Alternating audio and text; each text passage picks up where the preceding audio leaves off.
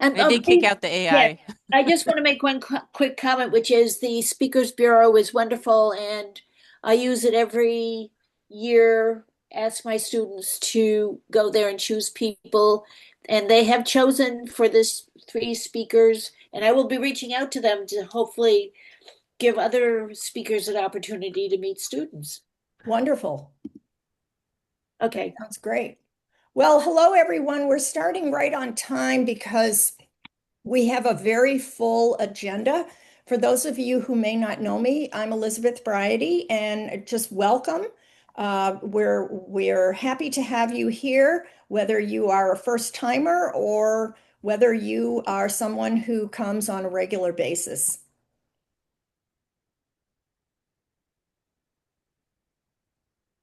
And here is our agenda. Like I said, it's a long agenda. We're going to be talking in a couple of ways about the Departmental Advisory Initiative. That's the first and second items on the agenda. Then we're going to talk about the new book we're working on, followed by the blog, some tools, the client-based class projects, and then we have an internship report um, that talks about the landscape analysis related to Acorn's market. And then finally, we will talk about academic hiring. And there is an open position, and we have Ann Lewinson on this call who will talk about it briefly, and then that will lead us into a discussion. All right, so I'll kick us off with our departmental advisory initiative visits. We have three planned for this fall, so it's busy already. Next week, actually, Elizabeth and I will be heading out to the University of Denver. In terms of their goals, they're really focused on improving their undergrad program and, advising around how to link those careers with their alumni and build departmental consensus around professionalism and what transferable skills are. And then 2 weeks after that, we're going to be heading to California State University Northridge, where one of our interns, Irene, also on the call, is a student. So we're excited to get to see her and meet her department. There, we'll also be focusing on the undergrad programs and helping them think through the career readiness in their curriculum in the classroom, thinking too about how we can incorporate AI usage and help prepare students for that in their workplace, as well as new student recruitment. And they really want to focus in on departmental consensus around inviting alumni to be a part of the program. And they will be going through an external review in 2026. So this will be a really great way to kind of set them up for that experience. With Tulane University, I think we're still figuring out dates, but they want to focus on their program overall and focus on developing their applied emphasis, as well as how to offer more networking opportunities for alumni and professionals, as well as building in that career readiness into their curriculum. And right now, they've got some tension around training students for non-academic careers. So, like, how do you bridge that gap there? And they are also going to be undergoing an external review. All right, I think this one's you, Elizabeth. Yep, and we had a very exciting thing happen this summer. The AAA and SFAA, specifically COPA, which is now integrated under SFAA, have decided to partner with us. And collectively, they are planning. Um, oh, excuse me, Jennifer, can you Yeah. send the Zoom link to Priscilla? She says she's getting an error message. Okay. Collectively, they have decided to um, come up with a $1,000 award for a number of programs that are interested in working with the Departmental Advisory Initiative that Jennifer just spoke of. You can see information below on this slide about the program. It's a long program. It takes well over a year to go through it, but we work with you step by step along the way. And you can see the eligibility criteria in order to uh, be considered for this award, and the application deadline is December 1st. These slides will be posted on our website probably sometime this weekend, and you are able to click on any links and get additional information. Or you can go to our website and look under the instructor page, and you'll see a sub-page associated with the Departmental Advisory Initiative. So we're really very, very pleased that both AAA and SFAA are willing to do this. This is a first, and it's exciting because number one, they're working together again. You may or may not know that SFAA and AAA had a parting of the ways back in the early 40s, and in 1941, SFAA was formed. So the good news is that they're working together on this initiative. The second part of the good news, of course, is that it will play a huge role in encouraging programs that to take advantage of the Departmental Advisory Initiative. You know, everything we've heard from people who have gone through the program are that they feel it really helped them a lot plan for career readiness. Okay, next one. You may also be interested to know who has been a part of the DAI. Well, here are the programs right now. They're all in different stages of completion. University of Delaware has completed the program already. The next closest to being completed is Texas A&M, and then it goes on from there with 3 new ones this semester. All right. So, I know you've all been anticipating our next book. And we are currently working on a new handbook for departments and instructors. The working title right now is Teaching Tools for Anthropology Careers, Resources for Departments and Instructors. And this is really a compilation of our instructors' tools, some of which are on the website. But this will be featuring quite a few new tools that we're not going to post on the website until after the book is out. So just give you a little extra incentive. We're currently working on consolidating those tools, and this will focus, it'll be split up into kind of 2 sections. One really focused on tools for departments. So really, how do you assess your current state, planning what your change is going to be, motivating that change within your department. And then there'll be also tools for individual instructors.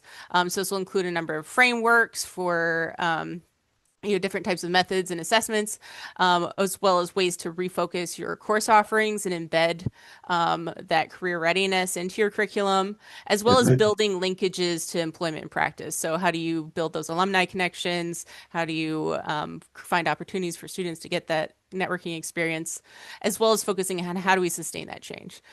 So our goal is to get it out in advance of Society for Applied Anthropology meetings in March. We'll see how it goes, but I think we're probably on track for that release date. Maybe sooner. We'll see how quickly we move.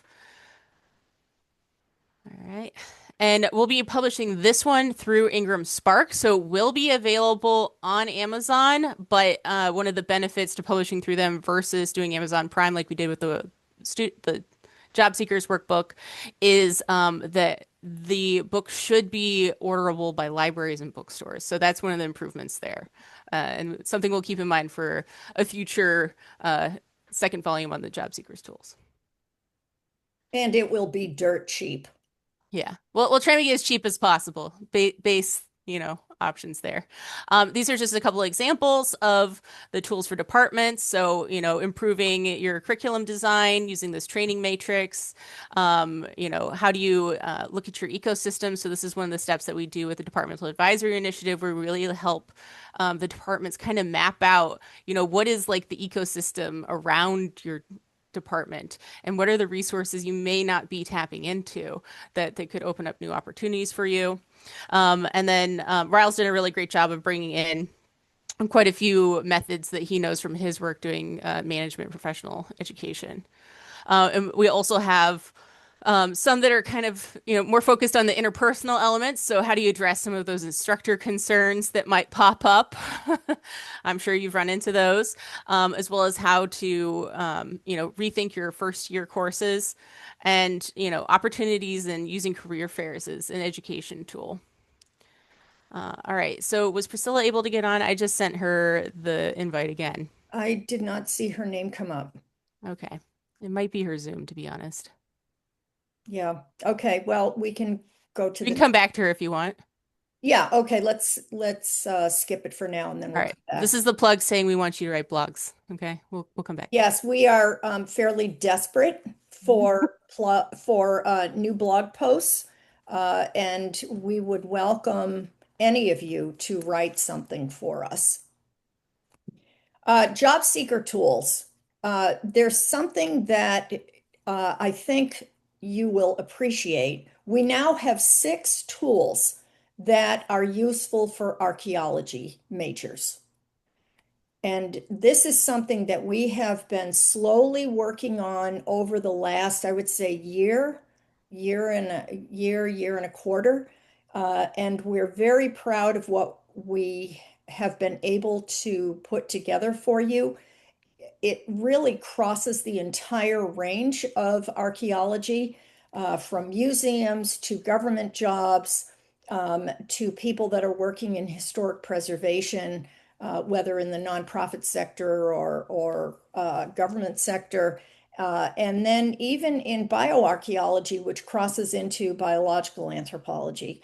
So please, if you are an instructor, focus, get your archaeology colleagues to realize that we have a substantive number of tools that their students would be interested in. Yeah. And Okay, next. this was not on the website just yet. We do need to send Yeah, it now. which one isn't? Oh, this This one one. here, the tourism, building a career in tourism. This one I think is going to be a big hit with students. One of the things I learned in working with the author of this tool is that the tourism industry is the 11th biggest industry in the world, and it is ripe for anthropologists. There are a ton of different kinds of jobs that are in this industry, and there are links directly to various kinds of tourism associations and organizations that you can look at. And so, as soon as we hope to have this tool up this weekend as well. Oh, here's Priscilla now. Yeah. So we'll back up. And there were a couple questions in the chat, which Priscilla will be able to help answer that once she Okay, catches let's her go. breath. Let's go back. Okay. Yeah. Hi, I'm here. Okay, Good. great. We I have your got it to work. slide. I had to turn my machine off and on, and that was the magic I trick. figured it was an update.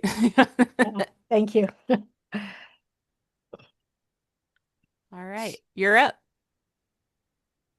Oh, this is for me. Oh my goodness. Perfect timing. Yeah, I'm beginning to feel like the old grandmother with a pot of chicken soup because I feel like I keep on nagging people to write blogs. But I really, really appreciate, first of all the blogs that have been written. They're wonderful, and each one is like shining a unique, light on some aspect of anthropology, and each blog is very personal and very interesting. So I know everybody has a blog in them. I know it's there. It's just that you have to kind of sit down and think about what you want to say. And I would say if you look at the website and all the different tools and lessons, there's so many jumping off points that you could use from one of those if you want to look for some inspiration or some ideas. But I just ask that, think of your question that you want to put down for your blog and then answer it. And 750 to 850 words. And if you go over, we'll work on, honing it down. I used to write labels for museums, so I know about writing short things. And I just really put some thinking into it. But I know everyone out here, everyone in this this this web web meeting has it in them, and I know that you could ask your friends too, if you think somebody has a good idea.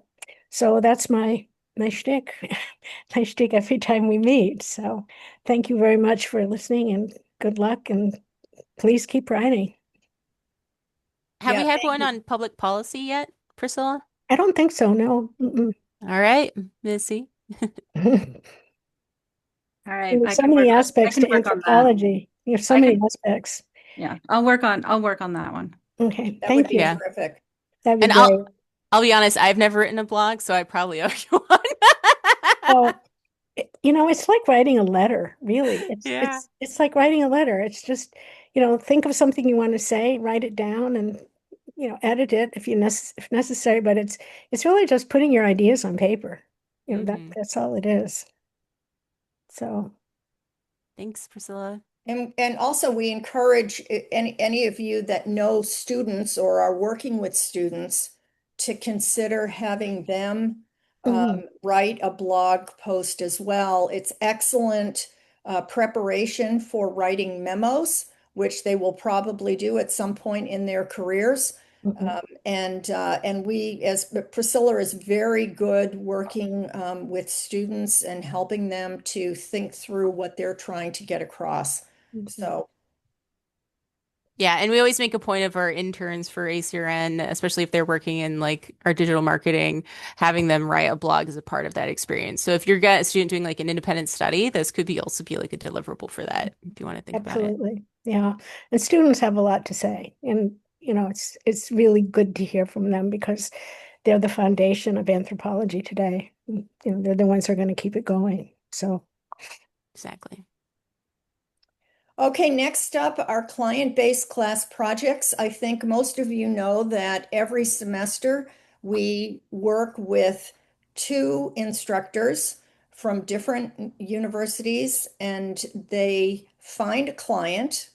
And then we kind of sit on the sidelines and provide any advice or support that might be useful to them. So we meet their class initially at the start of the semester, and then at the end of the semester, we have an opportunity to be part of the presentation that the students deliver back to the client. So it's a really cool way in which ACORN can be involved in the classroom. And at the same time, the students get terrific experience working together. That's number one. And working with a client, that's number two. So we're going to start off with Michelle, who's going to talk about her class project at Portland State. Thank you so much for the opportunity to first engage with ACORN on this project and second to present a little bit about the project and the course. I'm teaching a 400, 500 level ethnographic methods course focusing on qualitative research methods. And this is a course I've taught for 30 years. And yes, Kate, we were in grad school together. Hi. Good to see you here. Um, so this is a long-standing ethnographic methods course, and this term I'm teaching it as a group project. And our project is to work with the Portland Bureau of Emergency Management, as well as with the Director of Emergency Management at Portland State University, and commemorating the 5-year anniversary of Portland and Oregon's Labor Day wildfires and smoke event. We are looking at hazards related to air quality and especially wildfire smoke, and working on the risks that people perceive, as well as thinking about the information and resources that they would expect to receive in the future from the city and from the university. So we are going to talk about risk perception. We're going to do a little bit of a comparison between people who have and have not experienced either our Labor Day 2020 wildfire event, smoke event, or something similar. And we're also trying to do as best we can with 25 students in the class. We're looking broadly to see if we can speak with a wide range of folks whom the city and the campus would need to reach out to. So students, especially those in dorms for whom we're responsible for their air quality for a good portion of the day. We're thinking about reaching out to underrepresented groups in the city, to low income communities, thinking about people for whom English is not their first language or not the language they use at home. And we'll be working with the clients, our community partners, to figure out a little bit more about our sampling strategy. So the hope is that we will be able to work with them to shape the project and then offer them an oral presentation and a written deliverable at the end of the term.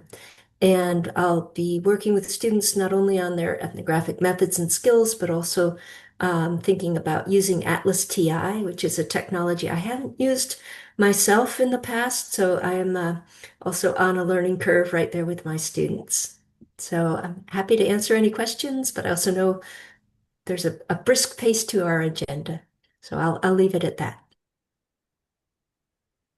Anyone have any thoughts or questions for Michelle?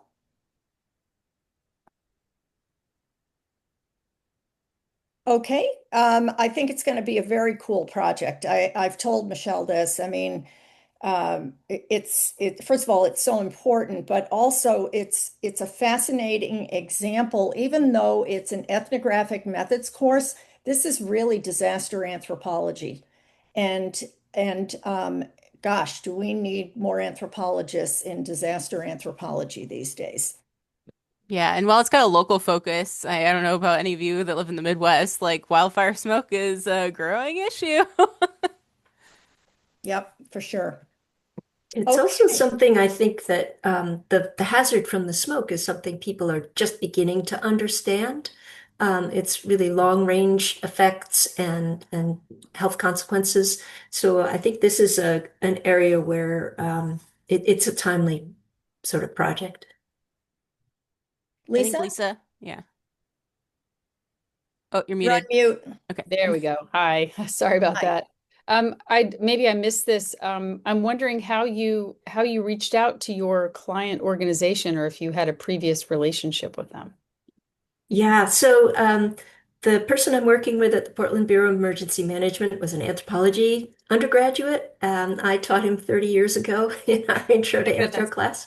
And I'm also a member of our neighborhood emergency team. So he is my boss, basically, as a neighborhood emergency team member. And I've done two other course-based research projects for our director of emergency management at Portland State. So that is a continuing relationship. Thank you. And I know there's some issues with the screen share. Can you see my PowerPoint? Okay. Yes, we can see it. I can Okay. see it.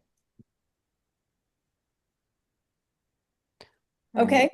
Okay, I guess go to the next one. So Janelle was going to be here today to talk about Messiah University's class project, but she had a conflict with another meeting. She is currently in a combined department, so she has anthropology, sociology, and criminal justice all together, and this is the senior seminar. So she's got a fascinating relationship with the War, Peace, and Justice Project, which is located in Carlisle, Pennsylvania. And you can see what the focus of the project is. It's basically to generate some research uh, for this War, Peace, and Justice Project.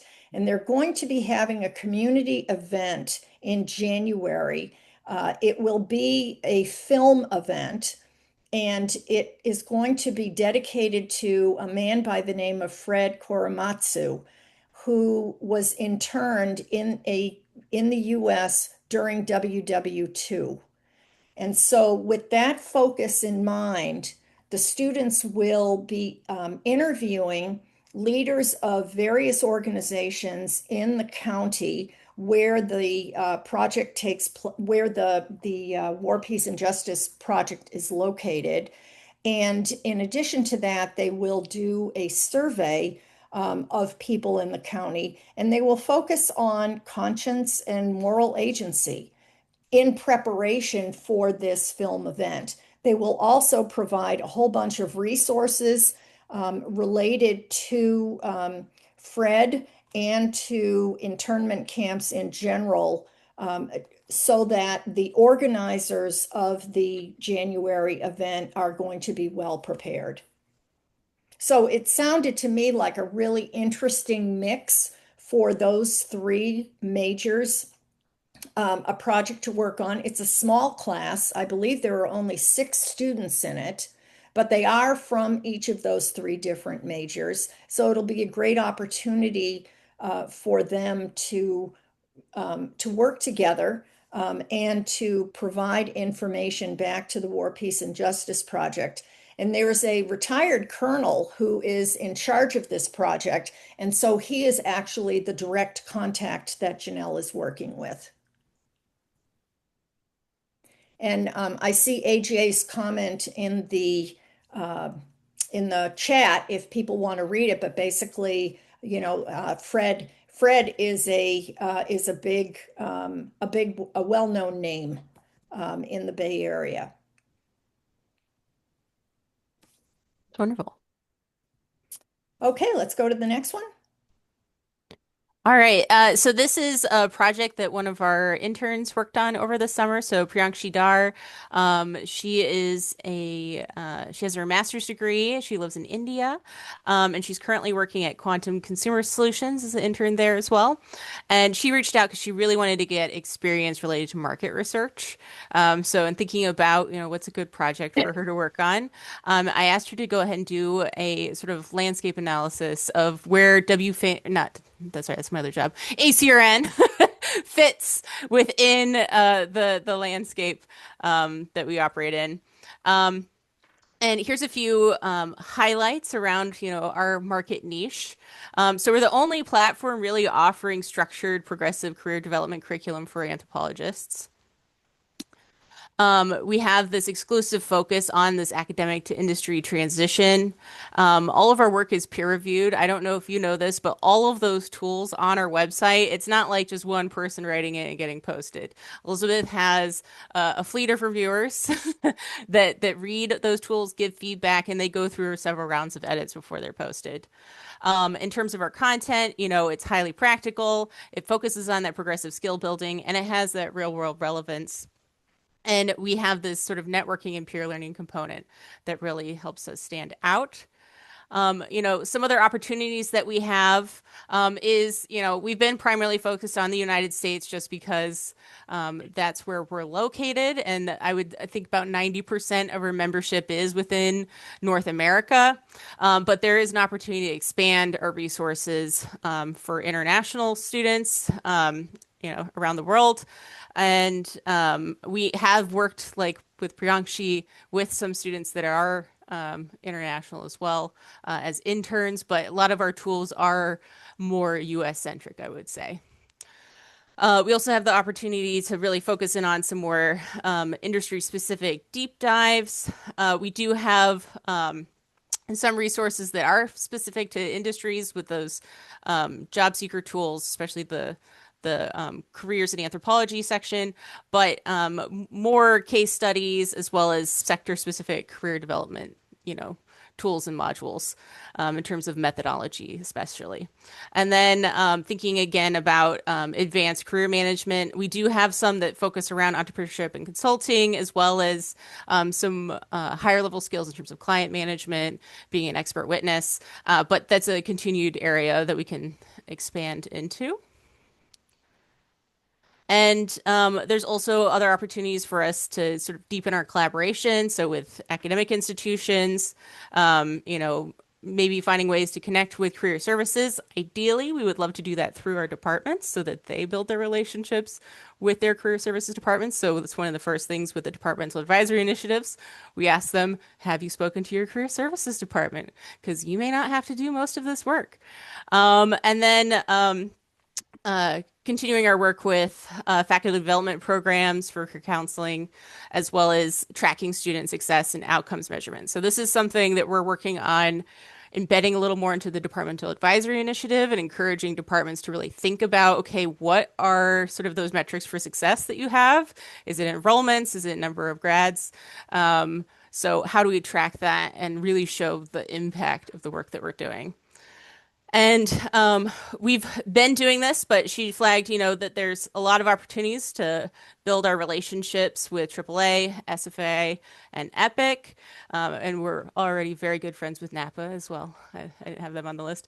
As well as, how can we cross promote a little more and do resource sharing? There's a lot of folks moving into this space with, is it Anthropology and Praxis, Natalie Myers' organization?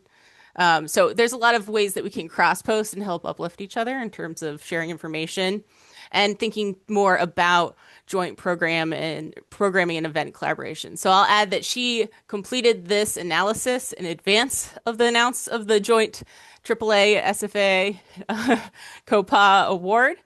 So we found this really valuable in thinking about how to move ahead. And, there's definitely more opportunities in terms of elevating anthropology's, awareness with industry partners. How do we think about building those connections? Though I think a lot of these can also happen at the department level too. So ACRN, I think, can help facilitate some of this movement, but this may need to be owned locally occasionally too, as well as building our relationships within the government and nonprofit sector. And if anybody wants to see that report, I'm happy to share it with you. I've got too many screens open right now. Otherwise, I'd drop the link in the chat. Yeah, I'm wondering too if maybe we could put Priyangshi's report on the website. We'd Yeah, I have think to we could find, share it somewhere. because and there are other interns who have done or will do reports. Yeah. So another area of growth is maybe finding more ways to celebrate the work that our interns are doing, which they're doing a lot of really wonderful work. We definitely couldn't do it without them. Right. We have a number of interns that we're working with right now, and we've just brought on one more, and we'll be bringing on one additional one to help with the website. So now we're going to turn to Ann Lewinson, who has a job opportunity. And she will talk a little bit about the position. And you can ask any questions or try to respond to some of the questions that she has. And then from there, we're going to be moving into a discussion about the relationship between academia and practice, particularly with respect to how do we support each of those areas to the best of our ability. How do we support the practitioners that are out there and the students and the instructors who are in academia? And so I'm sure that we will have a lot to say about that. And that's why we've dedicated so much time to this discussion today. So Anne, you want to take it from here? Sure, I am happy to. Thank you so very, very much for giving me the time to, first of all, just advertise our position, as well as to connect with ACRN.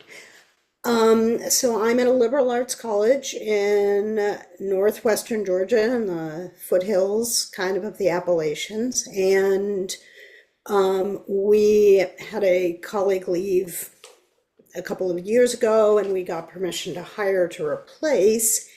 And like I think many, at least some other departments, the number of our majors has dropped significantly. We are a joint sociology and anthropology department. And so we have been thinking about, okay, so what do we need to do to make it clear that sociology and anthropology are useful for undergraduate, as an undergraduate major and so on. And so our thinking really was that we need to hire somebody who does the real world application of anthropology, does community engagement or development, something along the lines, so that they're really expert at showing our students, showing future students, how to use the skills and knowledge and perspectives of sociology and anthropology. We do want to make sure that the hire will bring in the kind of wider global or cross-cultural perspective that I think is so valuable in in anthropology. So, and we want them to be able to help students think through ways to use what they learn in college after they graduate. So you can see a very abbreviated form of the announcement, and then at the bottom, I assume, will these slides be available to folks afterwards? Yes, we'll post them on the website, hopefully this weekend. Okay, yeah, so Yeah, that's and we can drop this link in the chat too. fab. Thank you. Yeah, so if you know of people for whom this would be interesting, please feel free to share. That would be lovely. And I actually happen to be chairing the search committee, so I would be the person for folks to direct questions to if they had them, if applicants had questions. And I think that so Elizabeth suggested that maybe I would just give you folks a little bit of a sense of kind of the institution I'm at. Just so you have some sense, because this is a small regional liberal arts college. We are a small department, between 4 and 5 members, 2 in Soch, 2 in Anth. Sometimes we've had a part-time person in Soch, sometimes additional part-time person in Soch, sometimes an additional part-time person in Anth. Our students, the students in our college in general, are folks who are not infrequently are first time, the first person in their family to go to college.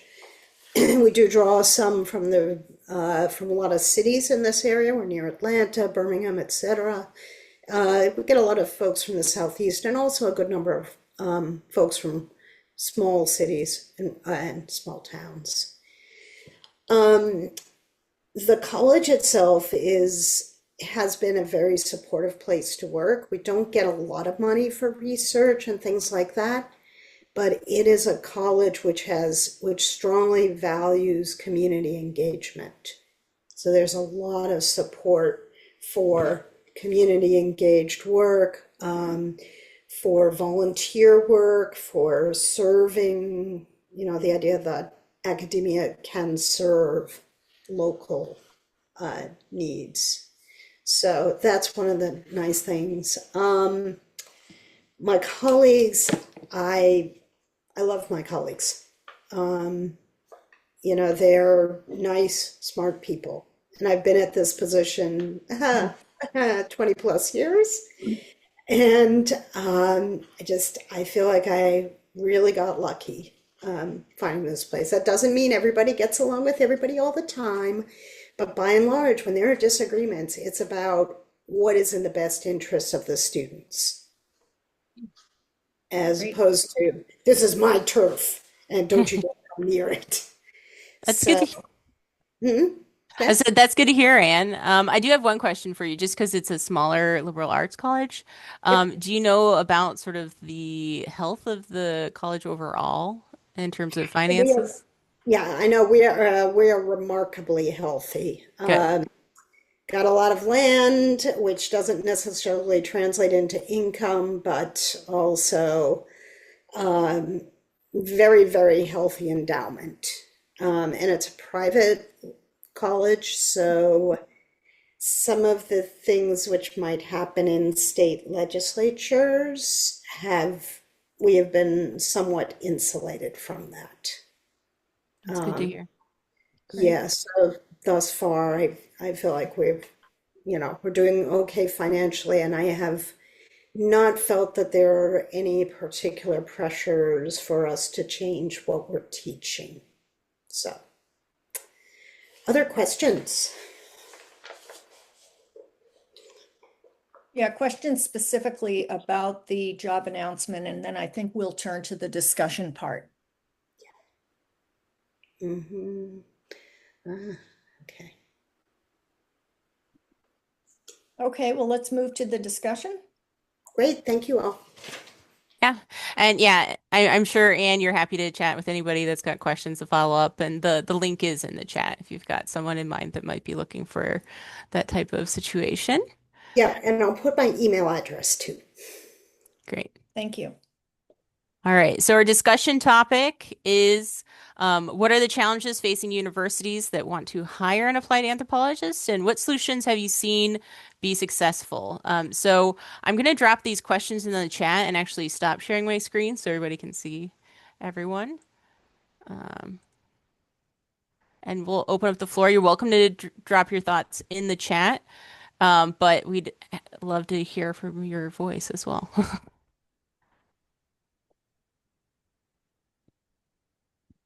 AJ, Mid-bite. you got your hand up. I knew I'd get called on Yeah. mid-bite. I was afraid of that. Your hand is up. I raised my hand. I didn't expect to be called Oh, to the okay. front of the list. Okay.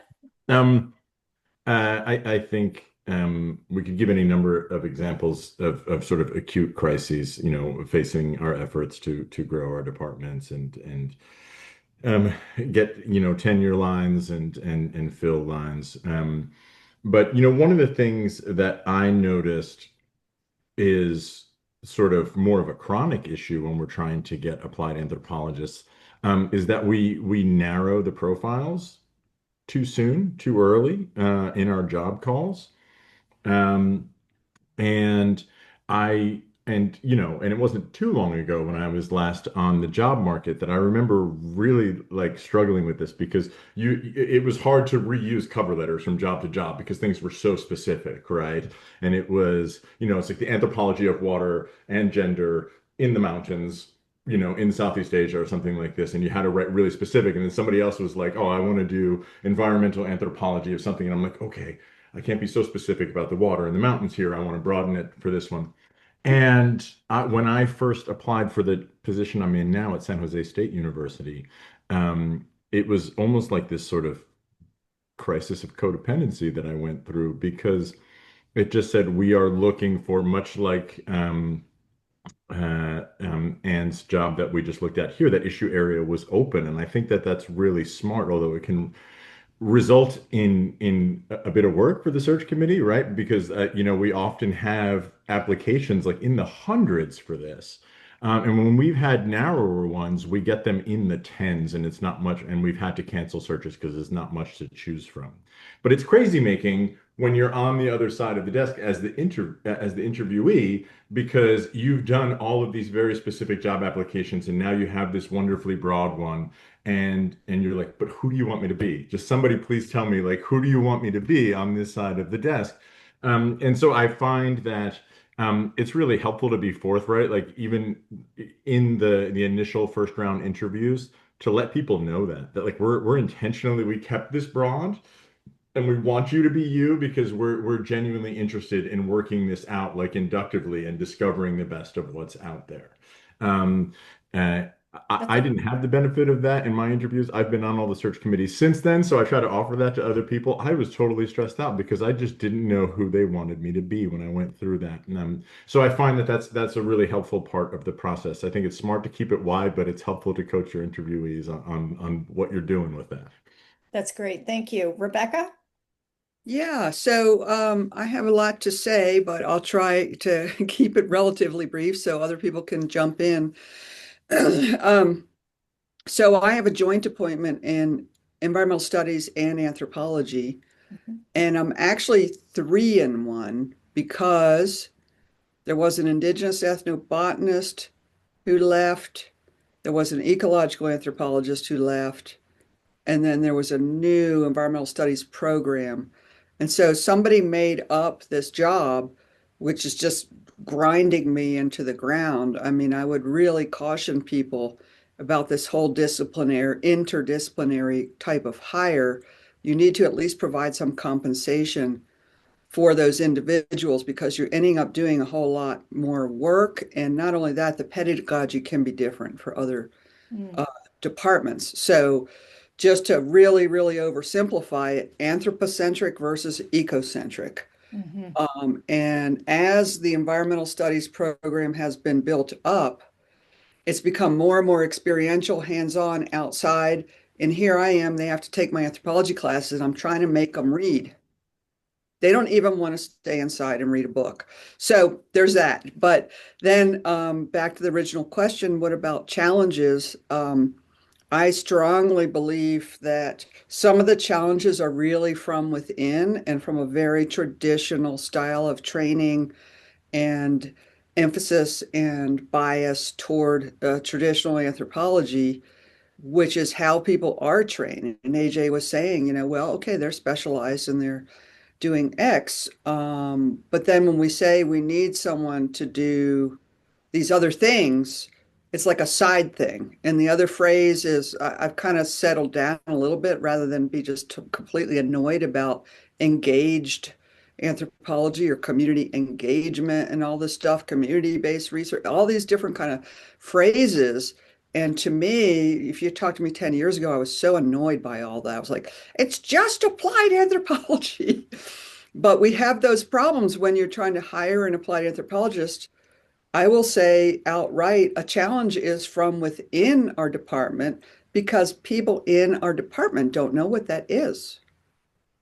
And so we had a lot of talk of that at as for our last two cultural anthropology hires, and they are not applied anthropologists. They don't even quite hardly know what it is or might be. And they have a luxury of not needing to do the type of client-based applied anthropology, which is what I teach. And by the way, Adam Coons, are you in the anthropological praxis case studies and international something book with Yeah, Redmond? he is. Yeah. Yeah. So we use your case study. I love that book. I've mentioned it before.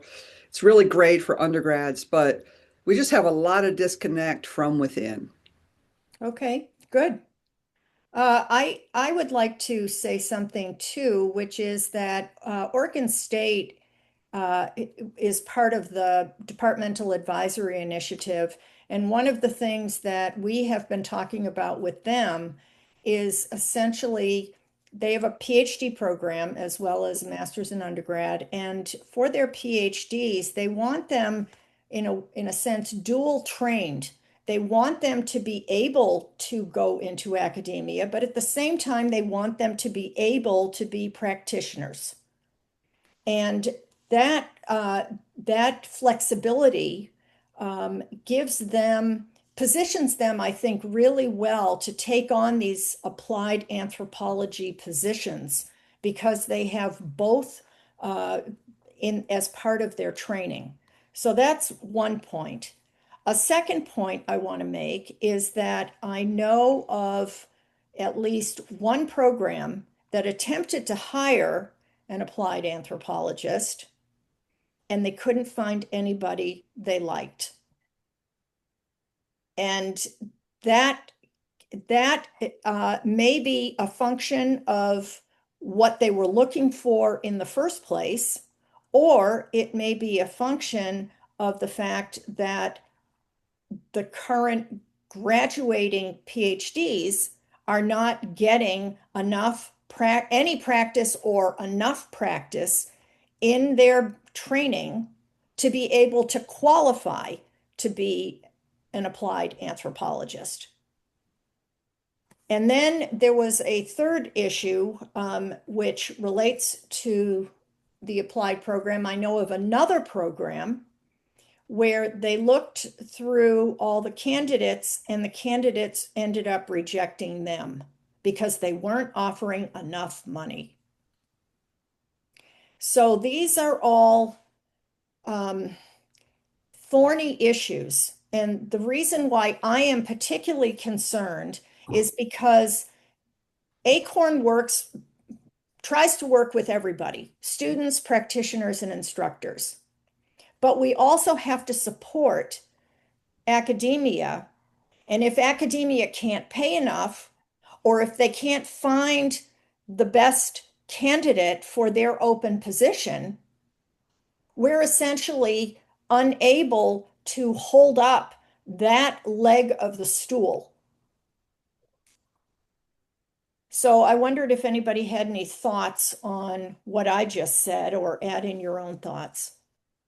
I have one I've got to sign off shortly. I'm sorry. I don't mean to monopolize, but I do have a suggestion which I've thought of for a long, long time, and maybe it's something that ACORN can help with, like an internship for academics that are already in these positions that they could do on their sabbatical and go get a job as a practitioner.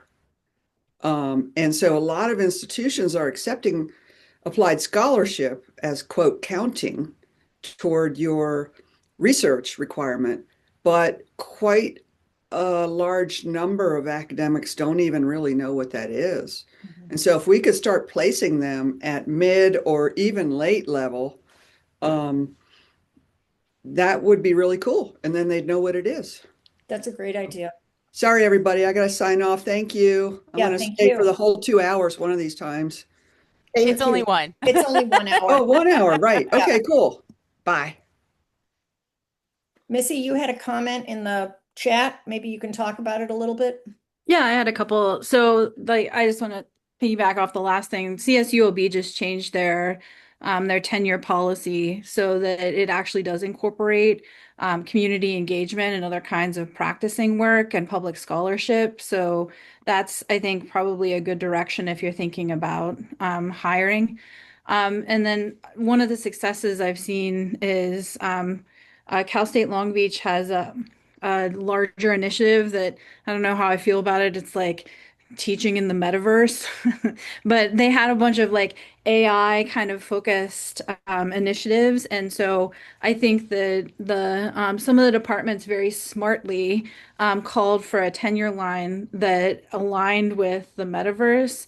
And even though the anthropology enrollment is going down here, they were able to get a tenure line that aligned with Wow. that very specific thing. So that might be like anti what AJ said. Like, but that might be kind of, I think that was a smart way to ask for a tenure line and to do a search. But and they did end up encountering the exact problem though that you, Elizabeth, noted, and that is that their top candidate didn't take it because money, right? But so that's not really a solution, but that's at least like a potential success, at least for getting the line. Joanna? Yeah. Thanks, Missy.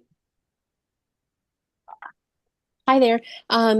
2 points and kind of bouncing off of what Missy said. Have we had a good anonymous salary survey in a while for across the 4 fields? I get these inside of the little branches that I sit in for science communication and for fundraising for museum staff, things of that nature.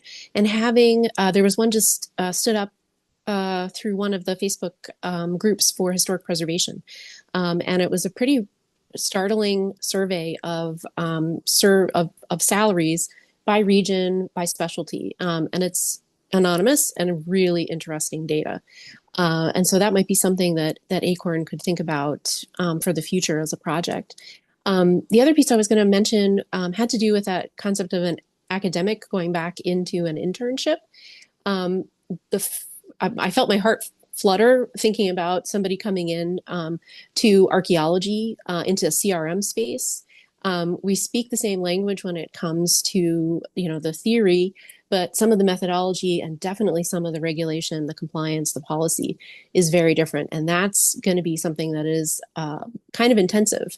The writing styles are very different. The deliverables are completely different in many, many ways. And I'm not saying it's not a good idea, but I would say that I haven't seen that happen inside of anthropology. I haven't seen that lane cracked open for academics. I do see it in other spaces. And one of the big spaces I do see it in is within science policy. There are a number of professional organizations that are offering science policy internships or fellowships.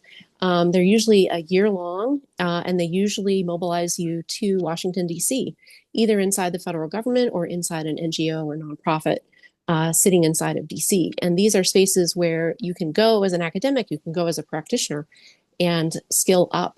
But this is also not a pathway that has been really well developed inside of AAA or some of the other spaces. Geologic Society, American Association for the Advancement of Science, a couple of other places have them. So keep a little eye out for things that are adjacent to your interests and spaces, and you might find them in sort of neighboring associations if that's an interest.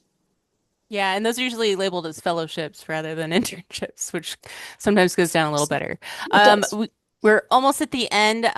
We have time for both Susan and Lisa, and then I know Elizabeth needs to jump a little early. So, Susan?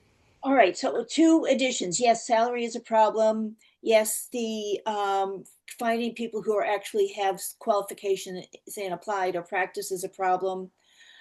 There's two others that I wanted to bring up. One of them is we have had experiences where we've actually found an applied anthropologist, and they only lasted a year because teaching wasn't for them, or we weren't. It wasn't something we initially thought about. It's teaching is a different realm than practice, and there's adjustments that need to take place. And so that was one thing that we need to consider is that just like an internship for practice, you also need an internship for teaching.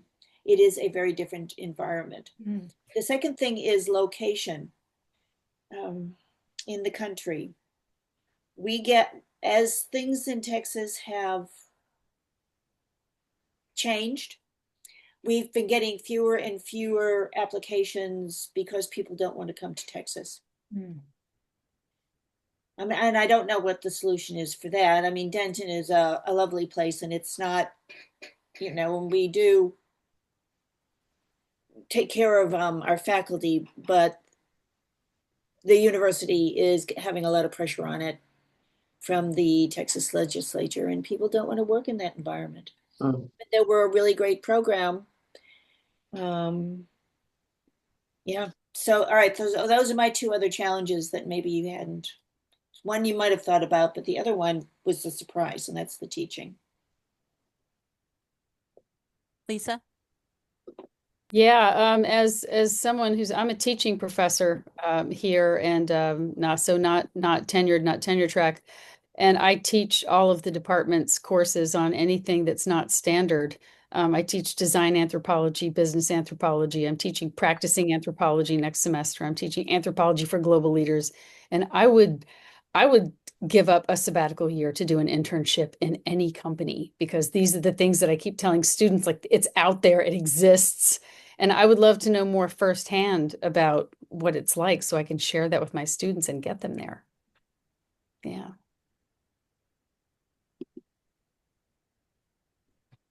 Well, there's a lot of great comments in the chat. I know Elizabeth needs to jump, and we are at the end of our time. And I think this was a really great conversation that I think people are welcome to follow up with each other to continue. But I do want to let you know that our next meeting will be November 13th, same time, also Thursday. So we look forward to seeing you there. The recording for this will be posted on our YouTube, and we'll be posting the slides, yeah, as Elizabeth said, by the weekend. Thank you. Thank you. Thank you, everyone. It was great.